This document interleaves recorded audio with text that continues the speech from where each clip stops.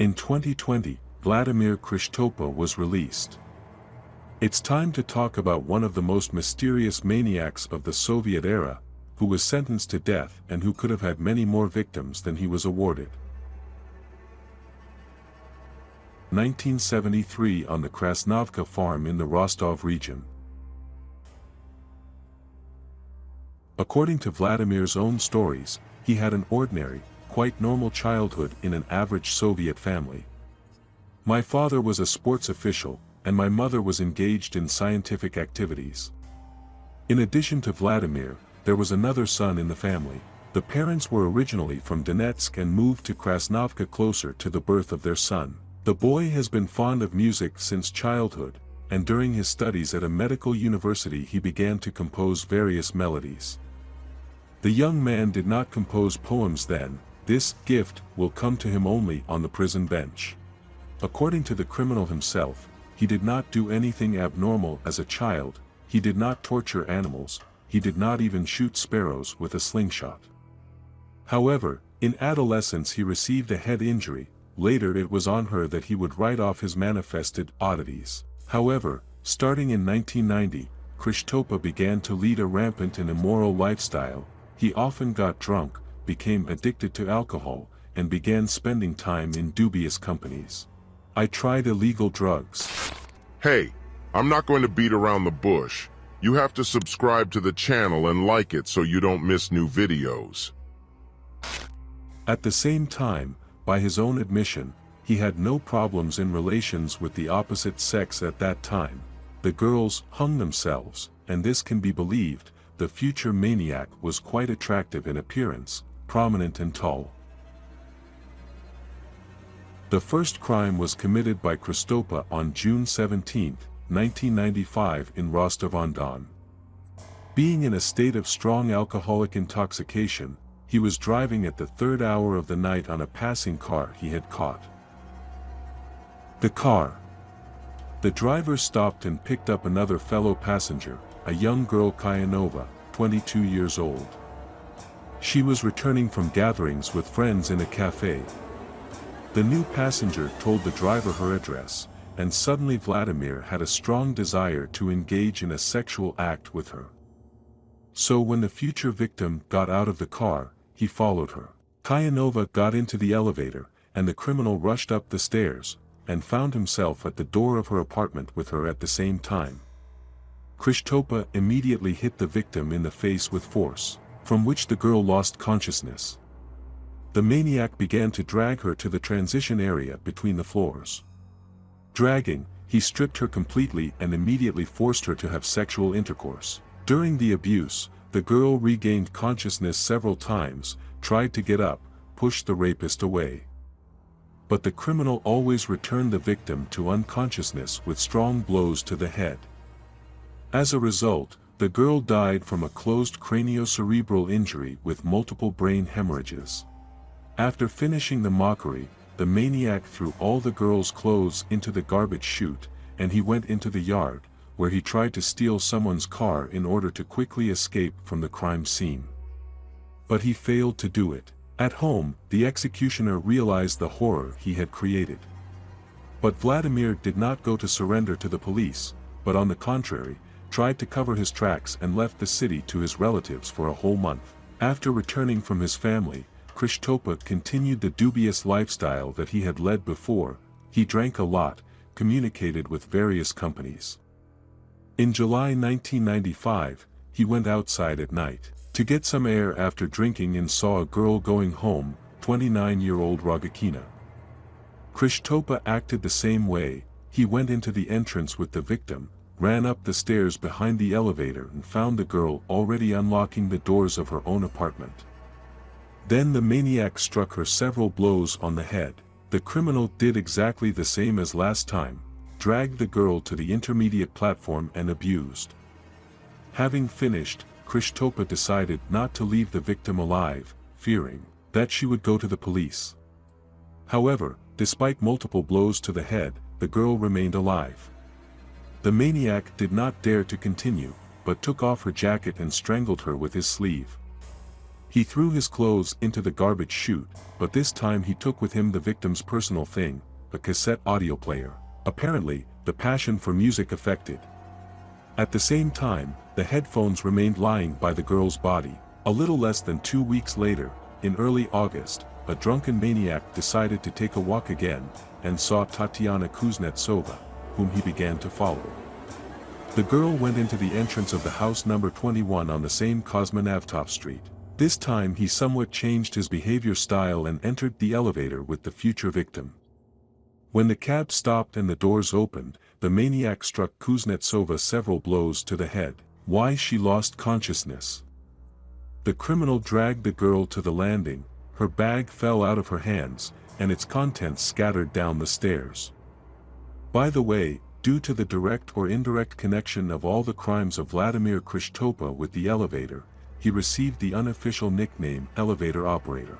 During the attack, Tatiana regained consciousness several times, but Krishtopa forcefully hit her on the head with the edge of his palm.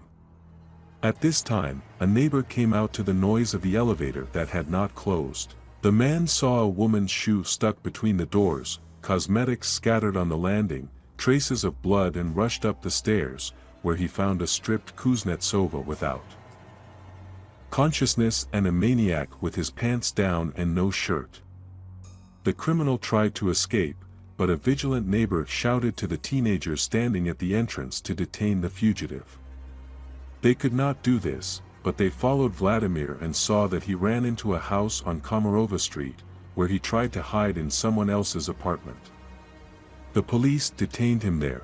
The victim Kuznetsova was lucky the maniac did not finish what he started, and she managed to survive.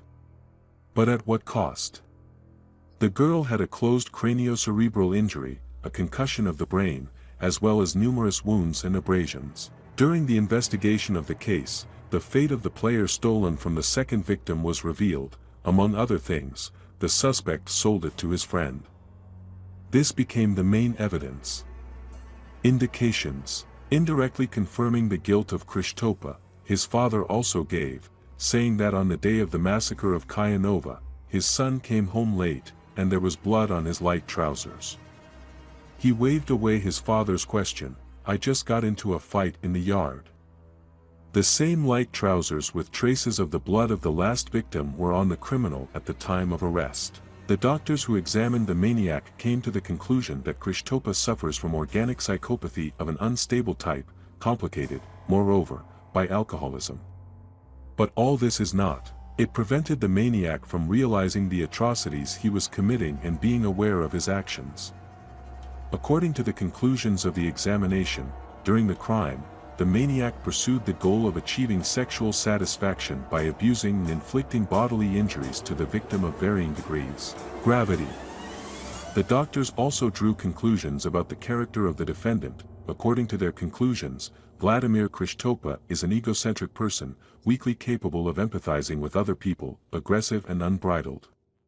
At the same time, during the commission of the crimes, he was not in a state of passion. Vladimir himself tried to dissuade himself in every possible way.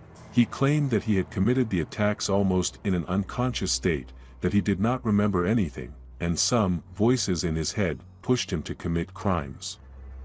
He constantly talked about his serious illness and asked for help to cure him.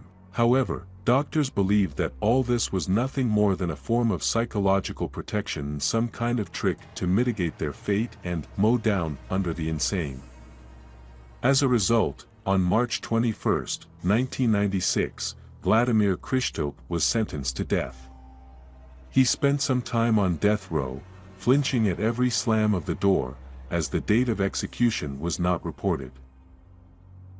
By the way, he was sitting then with Vladimir Mukhankin, another famous maniac of the Soviet era, about whom I have a video on my channel. But soon a moratorium on the death penalty began to operate in Russia, and Krishtopa was replaced by execution, for only 25 years in prison. The convict spent a year in the colony Black Dolphin. It is curious that it was Krishtopa who had the idea of creating a sculpture in the form of a dolphin, painted with black paint. He and his cellmates created this. I painted the papier-mâché figure black because there was no other color of paint at hand. The authorities appreciated the initiative of the prisoners, and soon a full-fledged small statue was made, according to which the colony in the city of Soliletsk got its name. Subsequently, Vladimir Kryshtopa was transferred to the correctional colony of a strict regime, Black Berkut, in the Sverdlovsk region. There he and his cellmate created a whole musical group. The maniac composed his own poems and music.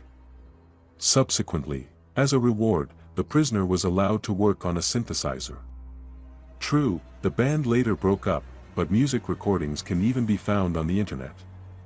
In his songs, the maniac regrets that, in the heat of the moment, he crippled his own life. What is more in these words, sincere remorse, or sympathy for his person, let everyone decide for himself. The author himself claims that at one time his songs were very popular. The prison authorities also liked his work, who wanted to send a creative prisoner to the amateur performance contest, Kalina Krasnaya. But on such, the events do not allow serial killers and those sitting on serious articles. Probably, this is correct. In 2017, Krishtopa was transferred, in connection with the closure of the Black Golden Eagle, to the correctional colony of the city of Rostov. Not so long ago, in the spring of 2019, journalists visited Krishtopa in the colony. They asked about plans for the future life, about the upcoming release. Vladimir assured the interviewers that now he is a completely different person. He believed in God, sincerely repents of the crimes committed and hopes to return to his family, spend the last years of her life with his mother. Krishtopa is convinced that alcohol is guilty of all past crimes. Therefore, he will never drink again. Dreams of finding a good job and, if lucky, starting a family. At the same time, he admits that life in the colony is psychologically difficult for him. He has not been able to adapt to the local laws, get used to the recurring Groundhog Day. Of course, I would like to believe in the complete rebirth of a maniac into a normal member of society, but do not forget that investigators and doctors characterized Krishtopa as a person, a very deceitful, malingerer, who tried to convince everyone of his own illness, just so that his life would be spared. After all, he seriously assured everyone at the trial that he allegedly did not want to kill the first victims, but obeyed the commands of the devil. However, Vladimir Krishtopa also expressed fair thoughts in that interview, that it is impossible to forgive him, and that he does not count on forgiveness himself and will never forgive himself. To believe him or not, let everyone decide for himself. One thing is for sure, no prayers, books read and poems written will atone for the pain of a mother who lost her daughter, a husband who lost his wife, the pain of a girl who survived, but survived a deadly horror. By the way, the journalists also found Tatiana Kuznetsova, the escaped victim of a maniac. She had not known about the reduced sentence all these years and was completely sure that Krishtopa had been shot. The woman considers mitigation unfair. Vladimir was released on August 3, 2020, having fully served a 25-year sentence. His further fate is unknown.